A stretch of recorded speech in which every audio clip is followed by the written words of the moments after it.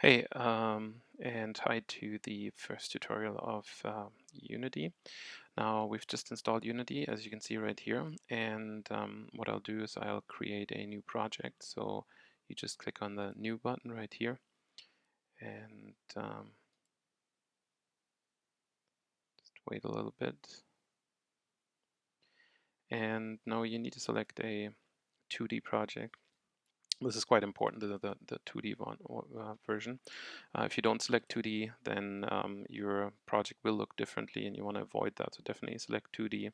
Then give the project a name. Now, since in the course of this tutorial, we're going to be building a game called Flappy Bird. We're just going to name it Flappy Bird. And you can create that anywhere.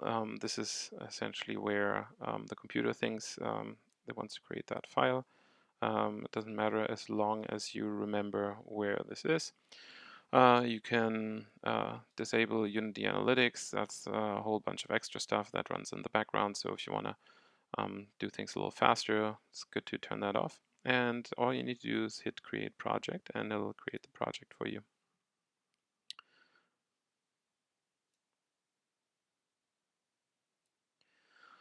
All right, and this is how that looks like. This is your Unity editor, and this is the overview of the Unity editor. And as you can see here, we got a 2D scene. We got a project and a console view here.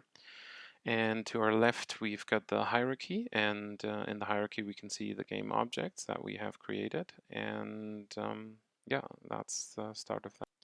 So let's have a quick look at what's here in the Unity interface. I think the main thing is the hierarchy view, like I said, on the left-hand side. Then you have the scene view, which is here, and if you click on this tab, you have the game view, so this is how the game would look like. You got the asset store, but don't worry about that right now. So for now, the game view is kind of important. The scene view is important. We're generally editing stuff in the scene view, and then once we hit the play button, it'll change automatically to game view. And as you can see here, I've already set up something like a crazy red background that tells me I am running a game. Now, if you want to do the same thing for you, which I would actually recommend, you can go to Unity Preferences, and I think that is a different menu. If you're under Windows, it'll be something like Edit Preferences or Properties or something like that. In any case, once you go there, it'll open up the Unity Preferences, and as you can see here, you can select a bunch of different options, arguments and so forth. But the main thing is you can select different colors for things. And so what I did is I changed the play mode tint, which is this one here, and I changed that to a color that was a bit crazier. So you can either do the color picker, color dropper, and then select colors from somewhere, or you could go to the play mode tint, double click on this, and bring up the color pane, and then in that color pane you can select different colors. You can select different hues, and then you can just make it look really crazy if you wanted to. We're gonna try and see what we can do here. Maybe I can go with crazy pink. Okay, perfect. Close that. You can see pink is selected. Perfect. And now if I click on the play button again, it'll be nice and pink here. It's just a thing as a precaution when you're editing stuff and then you're running stuff. It'll always remind you that you're in game view now. You can't edit what's happening on the screen. Right now there's nothing here, so it doesn't matter that much. But once you got something there, this will matter to you. So okay, so that's the game view, and right here, what we have in the middle is the scene. Right now, you can just see the camera. If you click on this little button, you can switch between 3D and 2D, but you're not going to need to do that at all for the projects that we have. So if you're ever caught in 3D, you can see that by the coordinate system changing into that angle. Click on 2D, so you're back in 2D and everything's fine. And as you can see, coordinate system is flat now. On the right-hand side, you have the inspector. Inspector is kind of interesting once you start working with different game objects. And then on the bottom here, right now, console selected, but let's click on project. You can see your assets folder, and the assets folder is empty right now. So what we can do is we can select the main camera object here, ta-da, And as you can see, it'll show us a little camera preview on the bottom. And on the right-hand side, it'll show us everything that we have in the inspector on the right-hand side, right? So this object is called main camera. It's got different positions, as you can see here, position, rotation, and scale. And you can see that it has certain flags. You can see here that it's set to a background that's blue right now. Again, you could do the same thing if you wanted to go with a slightly different color than the one that's in there. You again can select here my favorite pink. And now the camera preview is pink, and it's going to look really silly if I click on run. You will see that this is now the background of the game. It's almost as pink as the other background. But at least you've changed the camera background. That's kind of neat. So that's what happens when you select that main camera object here. Now the first thing we want to do is we want to create a scene. A scene is created by saving the project. As you can see right now, this thing is called Untitled. So if we go to File, Save Scene, it'll, of course, because it doesn't have a name, it'll prompt us for the name of the scene. As you can see here, it's pre-selected the assets folder to save it in, and since we're on a Mac, we can give it tags too. But let's say we want to save this scene as Angry Birds main, not Angry Birds, sorry, Flappy Bird main. And then we're going to save it. And yeah, what happens now is that you have your asset folder right here. And as you can see, everything in the assets folder is located on that bottom panel. And we just saved the scene file. So conveniently, the scene file is available here, which is kind of nice. Now, another thing is that you can usually choose any name you like for the folders that you create to organize within your Unity project, but a couple of folder names Unity does interpret as an instruction that the folder content should be treated in a special way. For example, the assets folder that we've selected here is the main folder that contains all of the game's assets within a Unity project. And most API functions assume that everything is located in that assets folder. So you don't need to mention that folder explicitly. And what we want to do is we want to create a couple of folders here. Best way to do that is to go to actually the project view here, right-click Create, and then go to Folder. And then, as you can see, it prompts us for a name. And so the first folder we want to build is a scenes folder. And then we want to create an assets folder.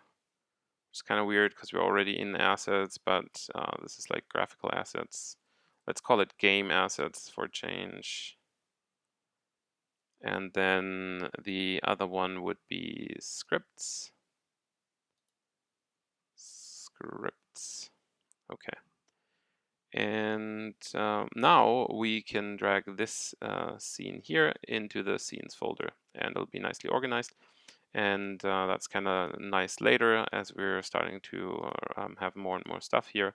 We want to make sure everything's nice and organized. So we're going to work with game assets, scenes, and scripts. And that'll help us keep our folders neatly together.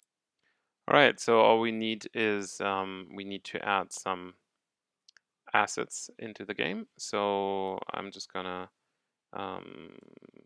let's minimize this so I can drag and drop. And I'm going to open our Flappy Bird assets zip file. And once that zip file is open, you should have an assets in the script folder. So if you double click in the assets folder, you can see there are a couple of really nice graphical assets available. And what we want to do is we want to double click into the game assets folder, and we want to select all of these wonderful assets, drag and drop them over here. And as you can see, they're nicely being added into the Unity assets folder.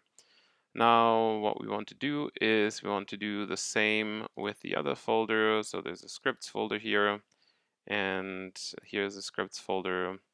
And what we want to do is we just want to actually, for now, let's just wait. Let's keep them here. We're going to need them later.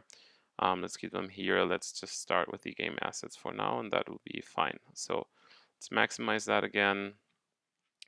And what we want to do is we want to create our first sprites. So um, the best thing to do that is to select these guys, select the, um, let's select the bird and the pipe. And as you can see in our inspector here, you can see that there's a number called pixels per unit, and that's set to 100 right now. And what we want to do is we want to set those to 16 pixels per unit. That's going to make things a bit easier as we go forward. So 16 pixels per unit. And then the other thing that we want to update is the filter mode, which is set to bilinear, and we want to set that to no filter or point. So that is updated right here. And then the next thing that can be helpful is if we just turn off the compression and just set that to none. And then we have no compression, we got point, no filter, and we got 16 pixels per unit. And we've done that for both pipe and bird. And of course, it wants to apply those settings, so we're going to click apply. Wonderful. And as you can see, if I select the pipe, it's 16, and if I select the bird, it's also 16 pixels per inch, and it also has filter mode point, and it also has no compression. So that is the first thing we got to do to the asset. Now the next thing we want to do is we want to select the bird, because we want to work with the bird a little bit. So let's select the bird right here. And then we want to go over to our inspector view right here. And in the inspector view, we want to look at sprite mode, which is set to single right now. And we want to set that sprite mode to multiple.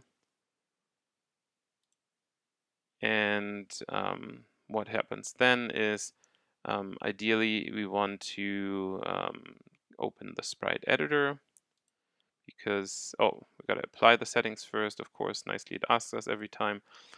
And in the sprite editor now, you can see that this is an image that actually has two birds in it, and ideally we want to slice that so that the engine knows that there are actually two images in here. So what we want to do is we want to slice, slice, and we can actually go to go automatic, see if it finds it.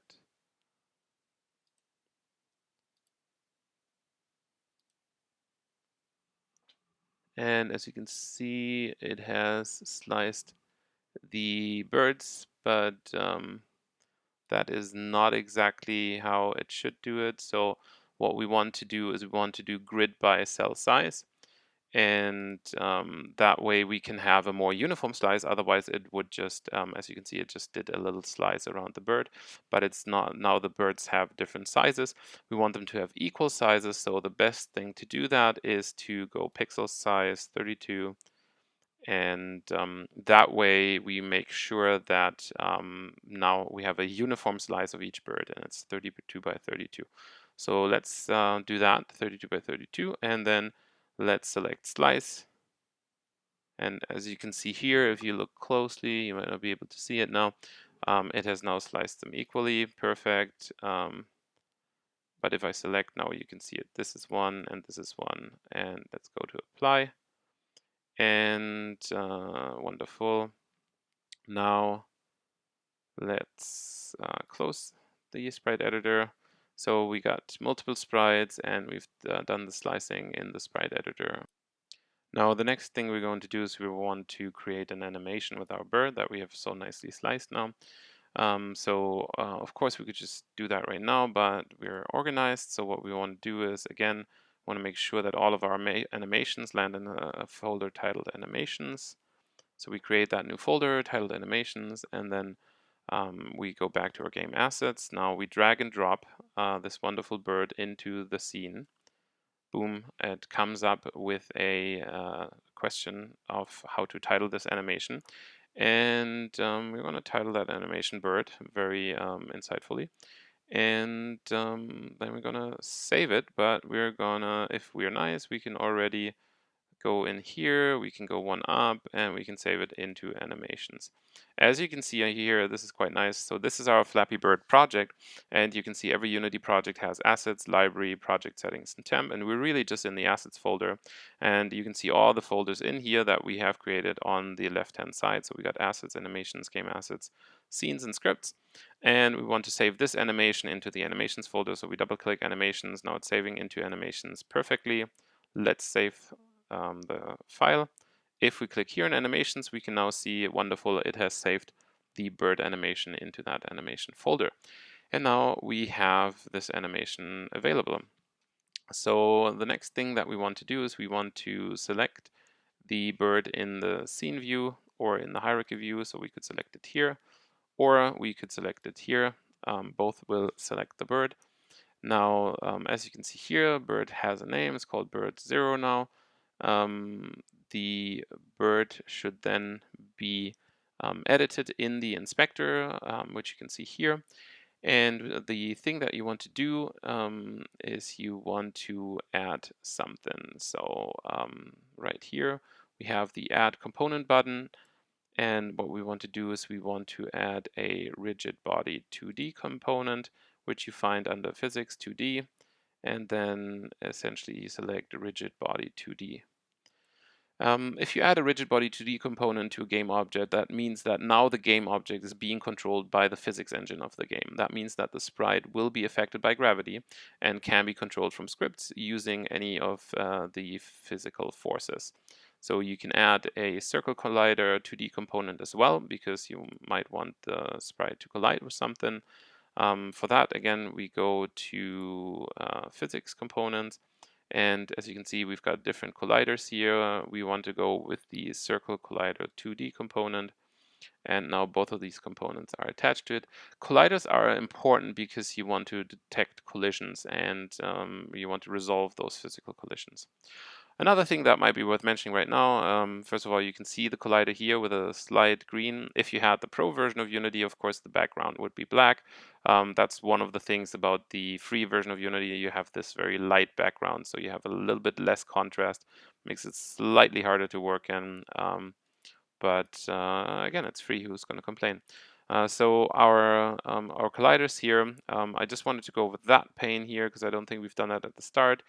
So this allows you just to move the overall pane around, which is quite interesting. If you zoom out a little bit, you can see, oh, nice, here there's these lines here that shows that's the boundary box of the camera that shows us the scene view. If you, however, want to select your bird here and you, let's say you wanted to scale your bird, or you wanted to move your bird, sorry, you could move your bird around in the scene like this. If you click on that little square here right next to the bird, you can just move it around wherever you want to move it around. So either move it up, move it to the side, or move it freely in the two directions that your viewpoint is looking at. Now, this other thing is essentially the third dimension vector that's looking at you. Now, if you flipped it again, you can see this is actually just a 2D plane that is directly in front of the camera. But there's also another dimension here, which is that Z dimension that you might not want to touch right now because that is going to change how your bird scales in front of the camera. So let's go back to 2D. Nicely, the magic's gone. We're again in our 2D view of the bird, and we can move it around if we wanted to. But for now, we have a bird that has a rigid body and a circle collider. So if we started the game, so let's hit the start game button, what will happen? The bird is just going down because the bird is just not colliding with anything and it has gravity. So what happens is, whoop, it just goes down. Okay, and that's the start of Flappy Bird. One more thing we want to do is we want to adjust the collider because it seems rather big right now. So once we have selected our bird here, and then we can see the circle collider 2D, and we can see that it has a radius right here, and that radius is set to 1 right now. So if we set that to 0.5, you will see that the radius shrinks a little bit, and now the radius is closer to the center of the bird. So maybe slightly more accurate in terms of letting the bird collide with something, because remember, Flappy Bird, you don't want to have the collider too big, because otherwise you're losing all the time because you're colliding with the pipes later on. So try to keep that collider a little bit lower. So if you set it to 0.5, it's set to a good radius that should allow the bird to act naturally. So another thing that might be interesting if we are in play mode, you could also do something such as turn the collider off, or tell the mass or the linear drag to go in a different direction, so the gravity scale could change. And then what would happen is essentially the bird would not fall in this direction. But what you can see is once we go back here and click back in here, all of the changes that we have just done, unclicking here, unclicking there, are gone. This is why it's important to keep in mind that when you're in play mode, you can tweak some parameters, but they will not be saved. So if you do that, it might be worth writing them down somewhere separately, because every time you're in play mode, whatever you do will be forgotten by the game engine. So every time you click this button again, all of that information here on the right hand side on the inspector gets reset. So that's something to keep in mind. That's why we have the funky color set up, so that it is easier to remember, oh, we're in play mode, none of the things will be saved. Now the next thing we want to do is we want to add a behavior to the bird. Now we cannot do that with the things that we have available in Unity. So essentially what we want to do is we want to add another component here to our bird. If we go to add component, and then we go to component new script. So it would be under new script right here. And then we could name that new component, give it a name, as in this case it will be called bird script, and create and add. Wonderful. So bird script has been added. As you can see here, C# has been selected as the programming language, which is kind of the default. I was gonna drag and drop the other script in here, but let's actually go through the process of building a new script. So now that we have added this component and called it bird script, we can actually drag and drop the component in here. So let's go here. Let's just do that for a second. Bird script from our folder under scripts and maximize it. And let's go back to the bird. And as you can see here, bird script, yeah, now you could just drag that over here and it would know, okay, this is the bird script that you're actually referring to. Now, we have already created a bird script, so that's kind of, yeah, unnecessary. As you can see, the bird script is right here. So let's just delete this script because it's just going to confuse us. Sure. And let's go back here. And let's drag this actually into scripts. And then in scripts, we can see that this is our fresh script. We also can see that the bird here does have a reference to this script specifically. So let's then double click on the script. And you can see on the right hand side in the inspector, it'll actually show you an empty script, how it looks like in Unity. And if you have done a fresh install of Unity, what you will also have installed is this wonderful editor called Mono Develop. There are other options for you to develop things such as Visual Studio, Visual Code. I'm just going to show it in Mono Develop just because that's the one that comes with it. But do feel free to use more advanced coding solutions if you're comfortable with them. A lot of them are way better than what Mono Develop does provide. But it is the default editor that comes with Unity. Just to show you that difference really quickly, this is how MonoDevelop looks, and this is how Visual Studio Code looks like. It's just slightly nicer. As you can see, I've here opened our script that we have from the download, and I could just copy and paste everything between the two wavy brackets here, and I'm just going to copy it over. I'm going to go here. We can replace all of that because we have it in our updated script, and this is how it looks like. So you can see the differences are, this is just slightly nicer, the background, the black background, and the colors are a little bit nicer. And yeah, it does a lot more auto completion and other things for you. But again, this in Mono Develop, this is how it looks like. As you can see, everything here is commented out. And yeah, let's, if you wanted to, we could have a quick look at what's happening here. We have a public float jump force and a public float speed. Those are two variables that control the force that is going to be applied to the bird. Again, like I said at the start, I'm not going to really explain coding, just kind of give you a little bit of an idea. So these are variables that you're controlling, so they can be changed as well. We declared them public so that we can access them directly from the editor. This will be fun later on. Then an attached Rigidbody controls the object's position through a physics simulation. So essentially what we said here is we get the Rigidbody that's attached to the bird so that we have access to the physical properties of the object, such as the velocity of the object. And then we save that into the variable that we've created here. So this Rigidbody variable has to be initialized before we save something into the variable in the start function. So whenever you might have come across this, if you've ever seen coding, whenever something on the left hand side, that's sort of like a bucket, and the thing that you have on the right hand side is like the water that you fill into the bucket, right? Like this is the variable, and this is what goes into the variable name. So just by putting that equal sign here, it means now you're retrieving that Rigidbody component and you're saving it into this body variable that we've declared before.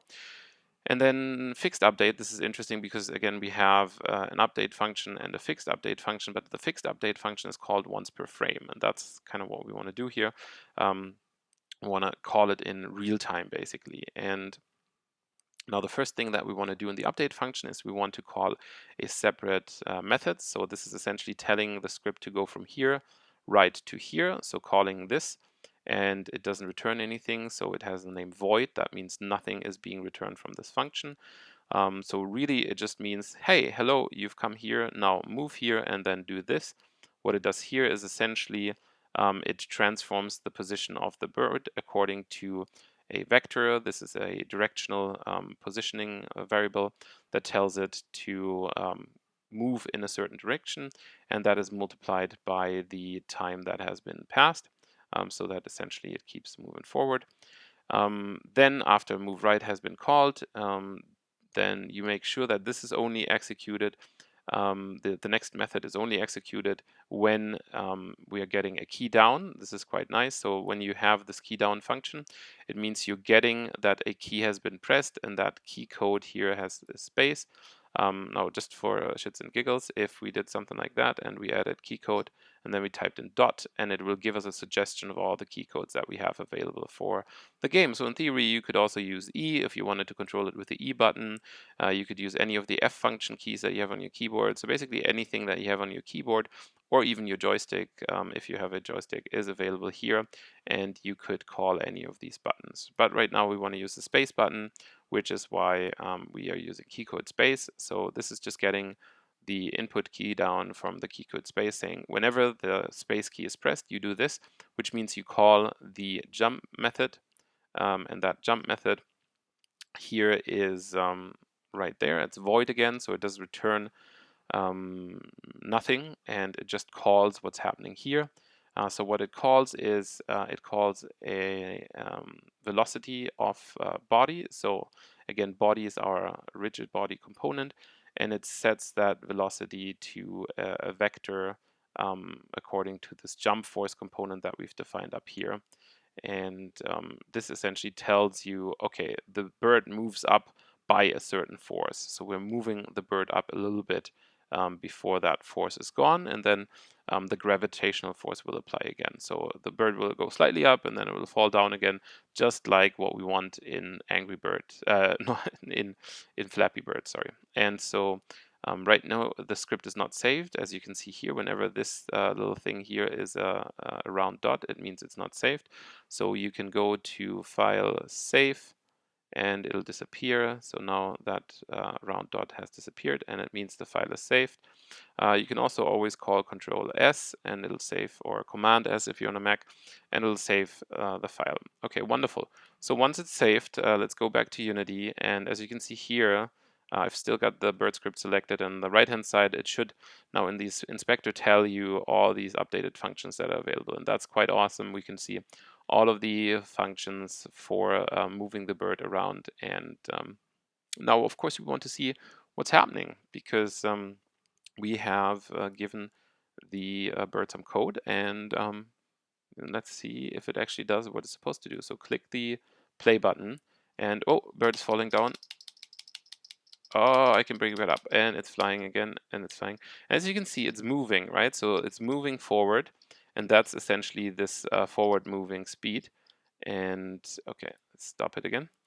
And it's moving upwards as well. Okay, so we got the speed here. That's the variable that says okay, it's going forward, and we got the jump force, which essentially tells it okay, move forward. So this is basically done in these two variables that you had right here. You had jump and you had move right. Move right just transforms it by that speed over time, and the jump variable just says okay, this is the new velocity vector that's being applied to the gravitational forces that work on the bird.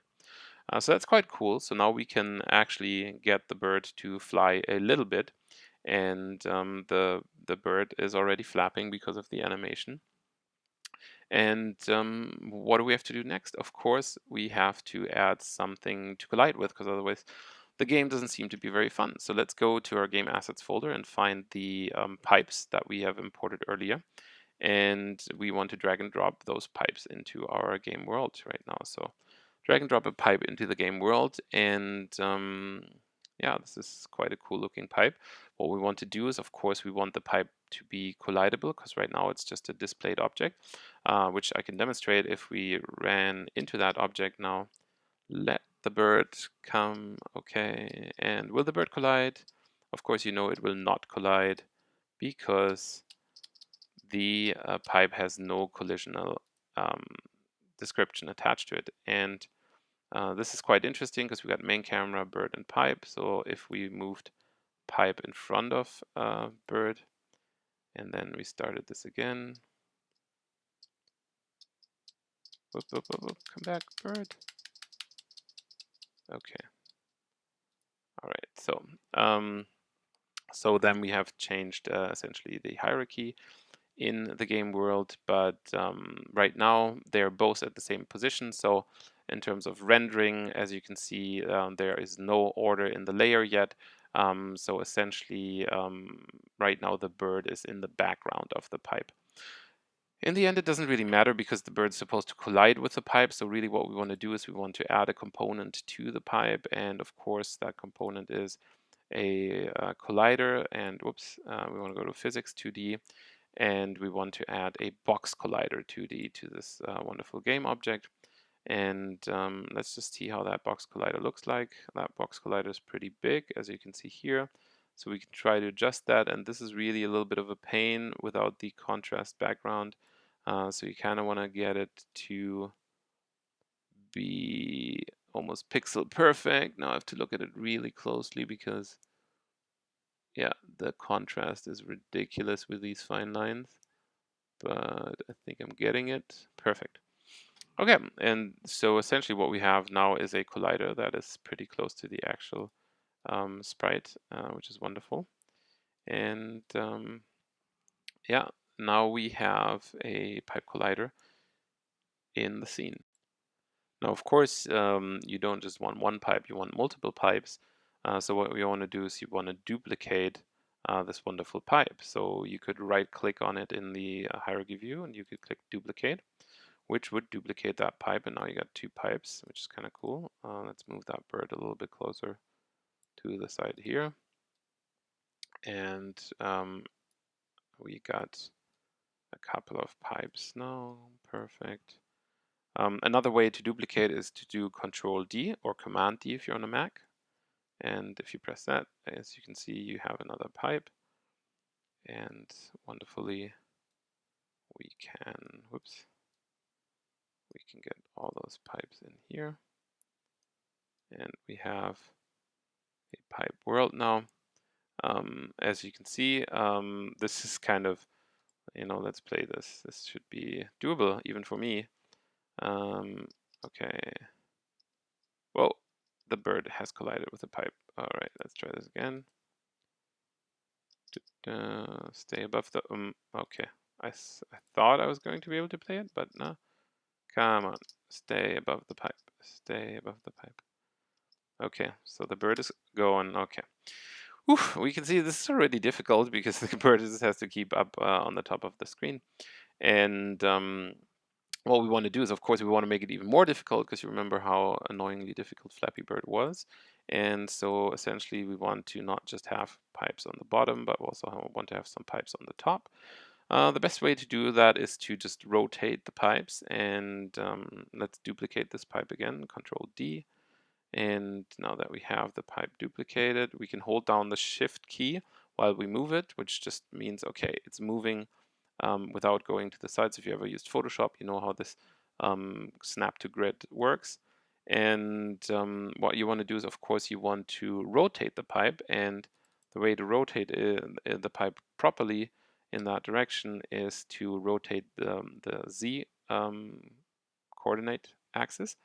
And if you type it in 180, it turns around exactly 180, which is exactly what we want. And now holding Shift and moving it up. And, oh, I didn't press Shift. Well, there it is, snap to grid again. And we can see some more space here. Maybe the little bird should start more like here. I can already tell this is not gonna work for me. And all right, this guy, Control D again. Move it around again, rotation 180, and then move it up. Chip, chip, chip, chip, chip. Whoop, whoop. That's pretty good. And then my last pipe. Let's make the last one super easy. Control D, 180, and then move it up. Move it up. Huh. Okay. Who wants to bet I'm not able to do this? Let's try. Okay. So now we've got something that resembles an Angry Bird level, but as we can see, the force is still, I could tweak the force maybe a little bit to be able to do this. We make it, almost made it, pretty close. Okay, but you can see we already have basically the basics of a level in place. The only thing that's a little bit weird right now is that the level is kind of small because we only have 3 pipes, and really, if you remember Angry Bird, the pipes just keep on coming. So that is quite interesting because essentially we want the camera to follow the bird, and to do that we need to add some more code to the bird again. So the bird right now, as you can see, it had the bird script, and the bird script is responsible for moving it around, but it needs another component to tell the camera to follow the bird. So what we do is we add a new script, and we would call that script follow bird script.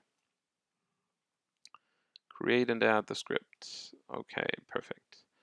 And as you know, once we create it, it's always in here. So select it, drop it into scripts, go to scripts, double click, and then open follow bird script. Ta-da, follow bird script is open. And now we've got either some coding by hand or some copy and pasting for the reasons of this video. And as you know, what we really want to do is we want to copy it in here in the public class. So first we can delete all of that, and then we can go over to our bird script, and then we copy these wonderful lines and paste them right here. And now we have, as you can see, a new instance of bird script, which is called bird.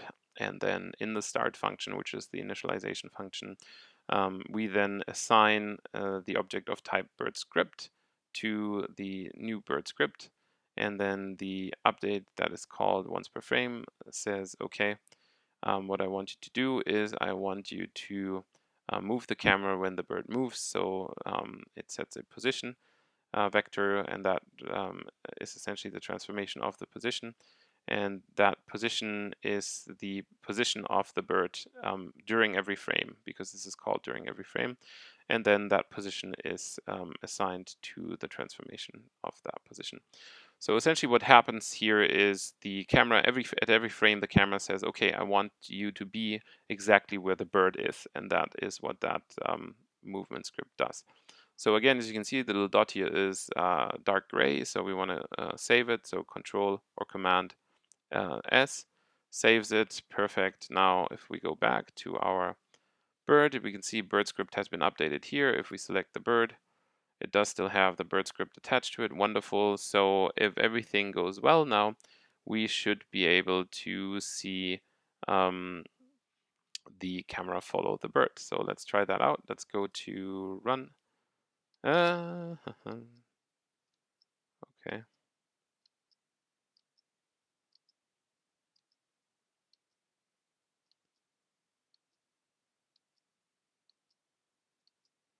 Okay. This is not working. The camera is not following the bird. Let's have a quick look at what happened. All right, and obvious mistake is that we're trying to attach the bird script to the bird, and the bird is already being moved. So what needs to be moved is the camera. So let's just delete the script here, go to this, then remove component. And our bird script here, follow bird script, needs to be on main camera. So we got to select main camera right here. And then the follow bird script needs to be dragged and dropped over there. And then it should be available here. Let's just double check that everything is okay with our bird. Our bird has the bird script in place. The main camera has the follow bird script in place. And now if I click on play, you can see that now the camera is being transposed and not the bird, which makes more sense because we wanted to move the camera along as the bird keeps on flying. Okay, and with that we can move forward. Let's stop this. Now what's the next thing we can do to this wonderful Flappy Bird game? Obviously, as you remember, we have some more assets in the assets folder and game assets folder. And we want to set the ground for this game. So now we've got the ground texture here, if we select that. And of course, as you might remember, the texture is at 100 pixels. We want to set it to 16 pixels per unit. And then we want to set the mesh type to full rectangle. And then we want to turn compression off, and I think that should do it. And now we can essentially drag and drop the ground. Filter mode, we gotta do filter mode to no filter. Okay, now we have it 16 pixels, full rect, no filter, and compression. Okay, and then we drag and drop that into our game world. Oh yeah, we gotta apply those settings first. Sorry about that. Ground and point no filters, got all the settings. Now move that here. Wonderful. And okay, this is where the camera starts. And now what we want to do is we want to add a box collider first, and that way the ground can be collided with. So we add a component, physics2d, and a box collider 2d. And now we adjust the collider. As you can see, whoa, the collider is really high up. We move it all the way down here. So we can even move it a little bit further and be a bit more forgiving. Perfect. And yeah, actually, I think that's fine. Let's check again. Yeah, that's fine. That's fine. collider is fine. Perfect. Okay. So this is the box collider. Now the problem is that this ground is of course not large enough, needs to be large enough to span the entire scene. So right now let's put it at the side of the scene again. So right now we have it at the very bottom left, but we want it to span over the entire scene. Ideally we want to tile it, and so essentially what we do is we want to go to draw mode, which is right here. It's set to simple right now. We can set it to tiled, and now the corners will remain unscaled while the other sections will be repeated instead of stretched, and so you can modify the width to stretch the ground. So if we select it again and we wanted to stretch it, we could stretch it like this, but if we just want to adjust it in this direction, we can just adjust it in this direction. Okay. So that's the difference between the draw modes. And as you can see here, up here, it'll also adjust the width. You can also enable auto tiling, and that is quite helpful. So because the box collider is not stretching with it, as you can see here, the box collider ends. So if we set the box collider to auto tiling, now the box collider also just keeps on tiling as the object gets stretched. And we can just stretch it out a whole lot. Let's zoom out a bit. Oh, hello. Get rid of that guy. Why did I do this twice? Delete. All right, and this tiled one, we want to keep going all the way here. Actually, we don't need it all the way here because this is where we start, but we want it all the way over here. And yeah, that's pretty good. So it can keep going for a while. And as you can see, the box collider now auto tiles with it forward. If we zoom in again, this is done with the mouse scroll wheel. This is how I zoom in and out. And now let's go to pan around the view a bit. And let's add a couple more of these wonderful pipes. Okay, select the pipe. Control D, the pipe, and then move another pipe over here. And actually, let's just go with this guy, Control D. Whoops, move it over here. And that way we can see, yeah, let's make that a bit asynchronous. Yeah, nice. Okay, Control D, slightly higher one, and Control D, or Command D for the Mac users. And yeah, let's see how that goes. Perfect. So we got some more in there. We've set the draw mode to tiled. We have enabled auto tiling. I think the only thing we need at this point is we want a cooler background in the scene. So to do that, of course, there is already a background asset. Now you can, of course, create all of your own assets. You see the file sizes and everything for these, and so you could already, if you wanted to, you could use the same pixel dimensions and then create your own assets if you want to get creative and add a little bit of your own flair to the game assets that we have here. However, right now we want to set up the background. So again, background is 16 pixels per unit, and then we want to set the filter mode to point, and then we want to set the compression to none, and I think we're good. And now the only thing that we would have to do is we would set the background into the scene. Best way to do that is just to drag it into our hierarchy here. Oh yeah, I've got to apply the settings first. And now, as you can see, it's a little bit small because, yeah, so what we want to do is essentially we want to make it larger so we can scale it. So background is selected. Right here, you can see position is at 0, 0, 0. But now we want to scale it up. X should be something like 2.8.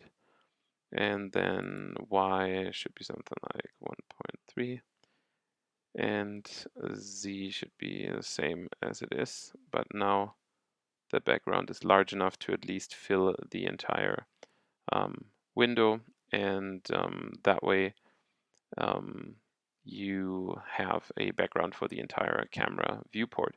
Now, what you want to do is you want to move the background with the camera. So you want to essentially tell the background to have a relationship with another object. So you can do that in the hierarchy view. If you change the parent, this will modify the parent relative position, and it will scale and rotate, but it will keep the world position and rotate and scale them all. So if the camera moves, the background will also move relative to it. So what you want to do is you want to move the background onto the camera so that it becomes a child of the camera.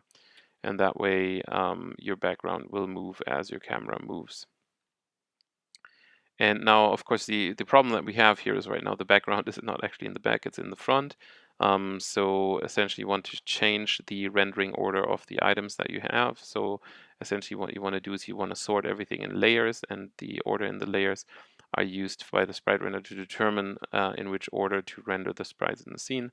So you want to order something in a distance from the camera, essentially. So to select to set up the layer order of the items, you want to make sure to set your background, which you've just selected, to set that to layer order 0, which it is right now. And then the pipes that you have here right now, let's select all of our pipes except for the ground. So we got all of, and this pipe. And so what we want to do is we want to set the pipes to a different layer order, set them to 1.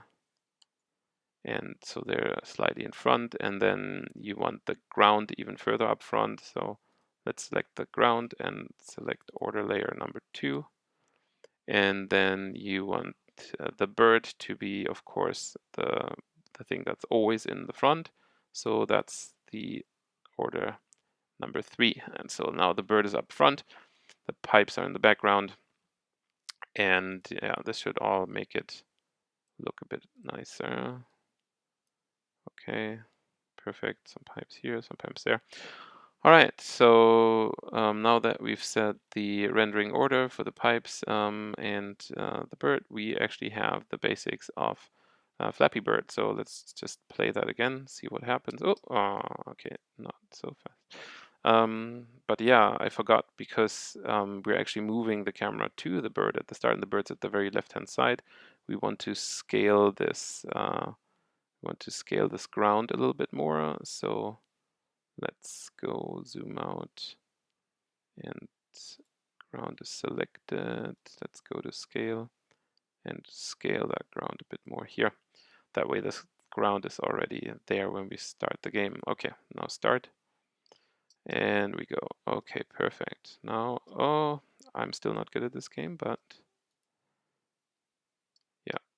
But we have Flappy Bird. Flappy Bird. Okay.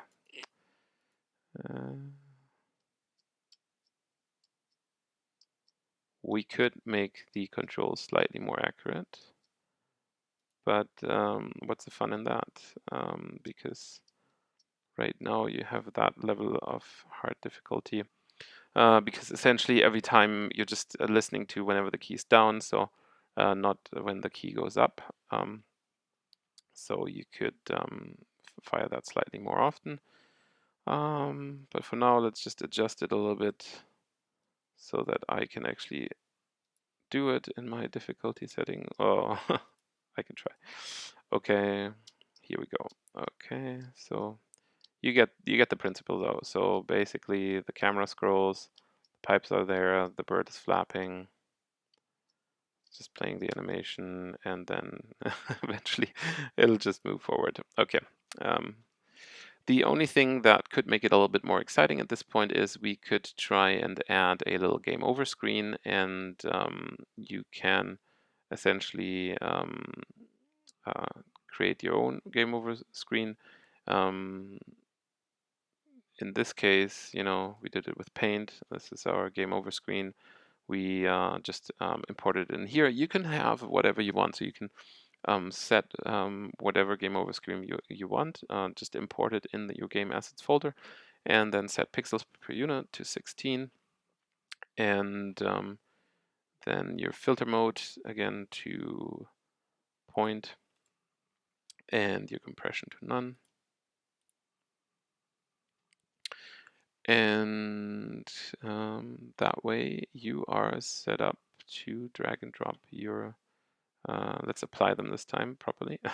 And now you can drag and drop your game over screen into the world, and I would drag it into the world again as a child object of main camera. So drag it into the world here. And as you can see, game over screen shows, and essentially you want to disable the background object to get a clear view of it if it is in front of it, but in this case you can see the game over screen. You can disable the game over screen. If you have the background object here, you can disable background, but we've already put the background all the way in the back. If you have the game over screen, you can see it is slightly on top of the other screen. What you want to do is you want to scale it so it covers the entire camera view that you have here. So again, go to selected and then go to scale it all the way up and all the way down. So it covers our entire camera view, which is what it's doing right now. Perfect. And the next thing you want to do is you want to create tags for background and game over. A tag essentially allows you to reference different objects in the game world. So if you go here to your game over object in the game world, you can identify that object. So you want to select the game over game object, which you have here. Click on this one, and then you want to click on two tags, add a tag, oops, add tag, and the list is empty, so let's add a tag background and game over, new tag background, save, add another tag, game over, save. So now we got two tags. Of course, we don't want both of them for that same object. So let's go back to our game over screen, and that should be game over. And then if, whoops, we're in the background screen. So that should be background. And then if we select game over screen, it should be game over tag. Okay, so now we've tagged each of these game objects with different tags. And that allows us to identify each of the different game objects. And of course, we have to do that in our bird script again. So we have to go back to our bird script. One thing we shouldn't forget though is if we have the bird should also stop spinning after we reset the game world. So we select the bird, we go to Rigidbody 2D right here, and in Rigidbody 2D we can enable a freeze rotation.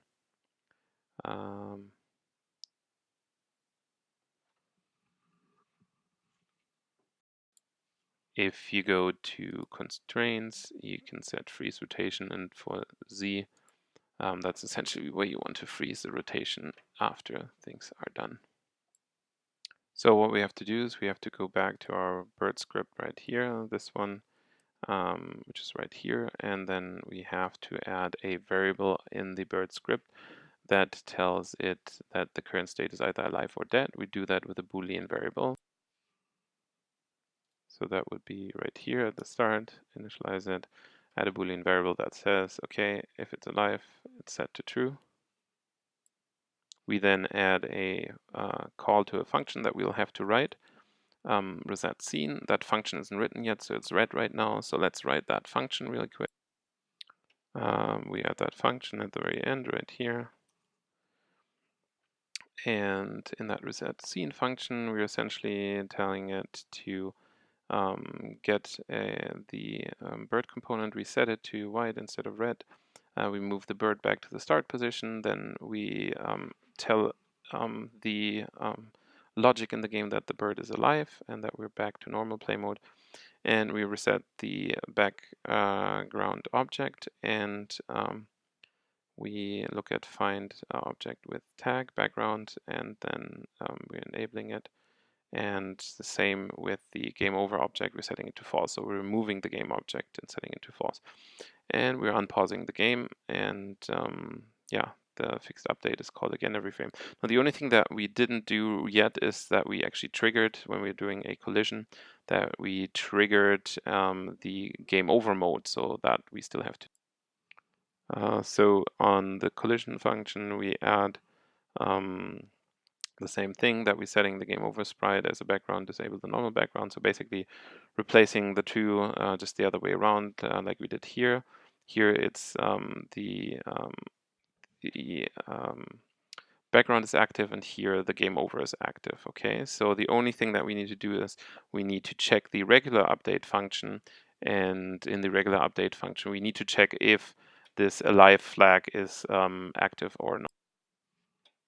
So what we're doing is we're adding the regular update function here, void update, and basically waits for any input after the collision to restart the game. So if it's not alive and if there is any key being pressed, then the scene can be reset. And now I think we have everything in place to get our game over screen working within the game. Let's go here. Let's start the game. Whoa. And of course we're dying right away. So what basically happened, it's still too hard for me.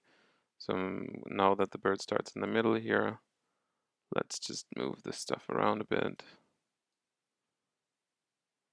Perfect. How about this? This. And this is a little bit more forgiving. Maybe I can make it. Okay. And the other thing that I forgot is, because we're moving it to a red background, is we probably want to change this color to black and save that again, and that way it should be fine. If we start the game right now, this is better. Oh, I'm dead. Okay, and then I just hit the button and restart. Okay, so now we got instant restart, which is really good for someone like me that is actually not really good at this game. Ooh, I'm making it. Oh no, I didn't. Okay, but anyways, you get the point. So now we actually have a full game. Boom, I keep on dying. Boom, I keep on dying. But yeah, so the bird can collide with the world, it can collide with the pipes, and there's a game over screen. So we have everything in place that we need for a simple 2D adventure action game. The final thing that you might want to consider when you are tweaking this game a bit is you might want to look at the variables that you have right here, such as the jump force and the speed. So you can make it go faster, you just up your speed a bit, and then what happens is going to be crazy. Oh, it's actually not as bad as I thought it was going to be. And see, the bird is flapping faster, and I'm out of pipes, but I still hit it. Okay, so that's one way to do it. Then, let's go outside of the play mode. So let's keep that. Then the jump force can also be a bit jumpier, and then have a little tweak to that. It flies slightly higher. Oop. Yeah.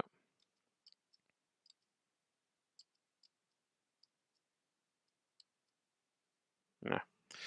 Okay, so you can tweak those variables back and forth a bit if you want. Let's make this higher and this even higher. Let's go really crazy.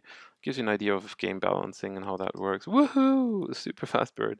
Come on. Whoa, whoa. Okay. Whoa. What is happening? Whoa, I made it. Easy peasy. Alright, this bird is flying. And we're out of background.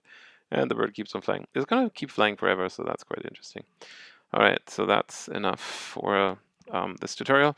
Play around with some of these values. There are some other ideas in terms of reversing physics and other things in the printed tutorials, so play around with that too. I hope you enjoyed making your first game.